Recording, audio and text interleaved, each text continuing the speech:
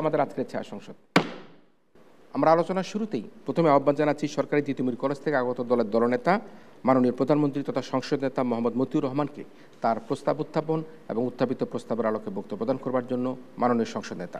2 March 2023 দেশ রূপান্তর পত্রিকার তথ্য অনুযায়ী বাংলাদেশে প্রতি মিনিটে গড়ে 2400টি গাছ কাটা হয়। গত 28 বছরে শুধু ঢাকা শহর থেকে 85% জলাশয় হারিয়েছে। 2024 সালের 20 এপ্রিল থেকে 24 এপ্রিল মাত্র 4 দিনে হিট স্ট্রোকে 33 জন মারা গিয়েছেন সারা বাংলাদেশে।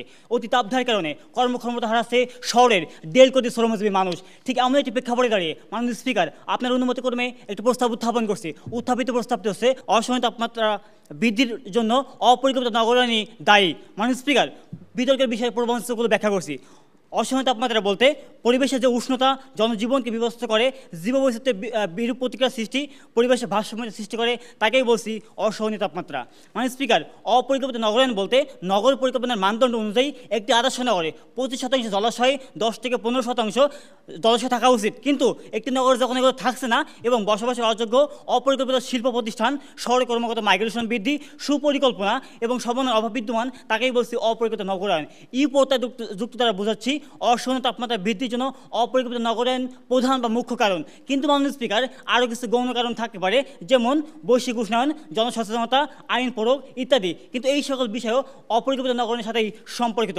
মাননীয় স্পিকার, যে ক্ষেত্রগুলোর মাধ্যমে আমরা প্রমাণ করব যে আজকে অপরিকল্পিত নগরায়নই তাপমাত্রা বৃদ্ধির জন্য মুখ্য কারণ। নাম্বার 1, অপ্রতুল্য সবুজায়ন ও জলাশয় সংকট। 2, অপরিকল্পিত অবকাঠামো নির্মাণ। 3, যত্রতত্র শিল্প প্রতিষ্ঠান এবং অনিয়ন্ত্রিত বর্জ্য ব্যবস্থাপনা। 4, সরকারি বেসরকারি অফিসগুলো কেন্দ্রীকরণ। মানুষ থেকে লক্ষ্য করুন আমাদের প্রথম প্যারামিটার, অপ্রতুল্য সমুদায়ন ও জলাশয় সংকট কীভাবে তাপমাত্রা বৃদ্ধি করছে। বাংলাদেশের আবহাওয়া অধিদপ্তরের তথ্য মতে তাপমাত্রা 42 ডিগ্রি সেলসিয়াসের উপরে গেলে তাকে বলে অতি তীব্র তাপপ্রবাহ। উল্লেখ্য যে এই তাপপ্রবাহ বৃদ্ধির কারণে আবহাওয়া অধিদপ্তর অপরিকল্পিত নগরায়নের কথাই বলছেন। মাননীয় স্পিকার, অ্যাকশনের ভিডিও তথ্য মতে সিলেটে গত 3 দশকে 50% টিলাবা পাহাড় ধ্বংস করে নগরায়ন তৈরি করা হয়েছে।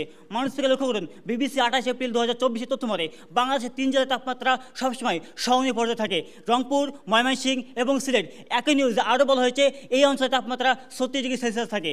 এর মূল কারণ হিসাবে আবহাওয়াবিদ ডক্টর মল্লিক বলেন, এই অঞ্চল হাওড় অঞ্চল, অধিক বনভূমি এবং পাহাড় থাকায় এই অঞ্চলগুলোর তাপমাত্রা সহনীয় পর্যায়ে থাকে। কিন্তু বর্তমানে যেভাবে গাছ এবং পাহাড় কাটা শুরু হয়েছে, একটা সময় এই অঞ্চলও অতি তীব্র তাপ প্রবাহে শুরু হবে। মাননীয় স্পিকার, এখন আপনি আপনাকে কিছু তথ্য দেখাই যে ও গাছ কাটার জন্য কীভাবে তাপমাত্রা বৃদ্ধি পাচ্ছে। তীব্র তাপ দিয়ে কুষ্টে কেটে ফেলা হয়েছে 3000 গাছ। উত্তরায় সড়কে গাছ কাটা থামছে না। নারায়ণগঞ্জে 10 বছরে কাটা হয়েছে 6 লাখ গাছ। এরকম হাজার হাজার গাছ কাটার তথ্য আমাদের সামনে দৃশ্যমান। লক্ষ্য করুন, আপনাকে একটি পরিসংখ্যান দেখায়। একটি পরিপূর্ণ গাছ 18 জন মানুষের অক্সিজেন সরবরাহ করতে পারে। ঢাকা শহরে প্রায় 2.5 কোটি মানুষের জন্য গাছ প্রয়োজন 31,25,000 বা 20%। কিন্তু বর্তমানে ঢাকা শহরে গাছ আছে মাত্র 2%। ইত্তেফাক 2021-এর 28 আগস্ট। কারণ গাছ কেটে বাড়ি বানালাম, বাড়ির জন্য রাস্তা বানালাম, রাস্তার উপর ফ্লাইওভার বানালাম, তারপরে লিখলাম গাছ লাগান, পরিবেশ বাঁচান। কি হাস্যকর মাননীয় স্পিকার!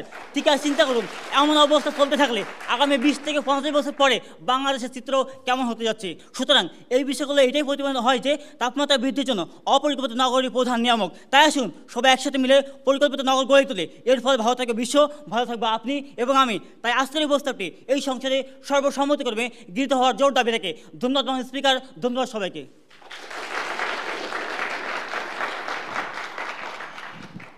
ধন্যবাদ মাননীয় সংসদ নেতাকে। অপরিকল্পিত নগরায়নের নানা কারণ ব্যাখ্যা করে আহ্বান জানাচ্ছি ওয়াইন্ড আপ সেশনে বক্তব্য প্রদান করবার জন্য মাননীয় প্রধানমন্ত্রী তথা সংসদ নেতা মোহাম্মদ মতিউর রহমানকে।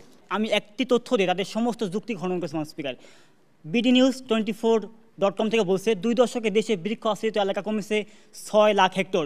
এই বিশাল এলাকার গাছগাছালি না হলে অন্তত 75 মেগাটন কার্বন ডাইঅক্সাইড নিঃসরণ কমানো যেত মাননীয় স্পিকার। যদি শুধুমাত্র আজকের আমাদের এই 6 লাখ হেক্টর গাছপালা থাকতো 75 মেগাটন কার্বন মনোক্সাইড নিঃসরণ হতো না। অর্থাৎ আপনার সবুজায়ন দরকার, তাহলে কার্বন নিঃসরণ হবে মাননীয় স্পিকার। লক্ষ্য করুন, আজকে তারা একটি হাস্যকর তথ্য দিলেন যে আজকে চীন সবথেকে বেশি কার্বন নিঃসরণ করছে মাননীয় স্পিকার। চীন কার্বন নিঃসরণ করছে, কিন্তু চীনের ক্ষতি হচ্ছে না। চীন থেকে অনেক হাজার মাইল দূরে বাংলাদেশে ক্ষতি হচ্ছে মাননীয় স্পিকার। বাংলাদেশ কেন ক্ষতি হচ্ছে? তার কারণ বাংলাদেশের সবুজায়ন নাই। ওই যে কার্বনকে মাননীয় স্পিকার প্রোটেক্ট করবে সেই শক্তিটা নাই মাননীয় স্পিকার।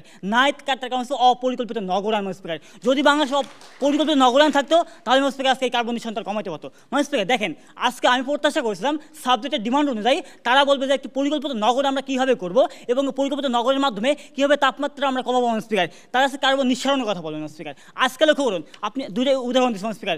নিউ ইয়র্ক শহরে কার্বন নিঃসরণ হয় মাননীয় স্পিকার, তার কারণ হচ্ছে সেটা অপরিকল্পিত নগরী। এবং তার পাশে ইতালির মাননীয় স্পিকার ভেনিস শহরে কার্বন নিঃসরণ হয়, কিন্তু মাননীয় স্পিকার সেই কার্বন নিঃসরণ করার ফলে তারা সেটাকে প্রোটেক্ট করতে পারে, অর্থাৎ সেই শহরটিকে পরিকল্পিত তুলনামূলক মাননীয় স্পিকার। অর্থাৎ আমাদের অর্থ থেকে কোনো দেশকে আমরা মাননীয় স্পিকার পরিপূর্ণভাবে পরিকল্পিত বলছি না, কিন্তু লক্ষ্য করুন যখন আপনি ওই কার্বনটা প্রোটেক্ট করতে পারছেন তখনই আপনাকে বলা পরিকল্পিত। এবং আমরা মাননীয় স্পিকার একটি রূপরেখা দেখিয়েছি যে পরিকল্পনা করে কেমন হবে।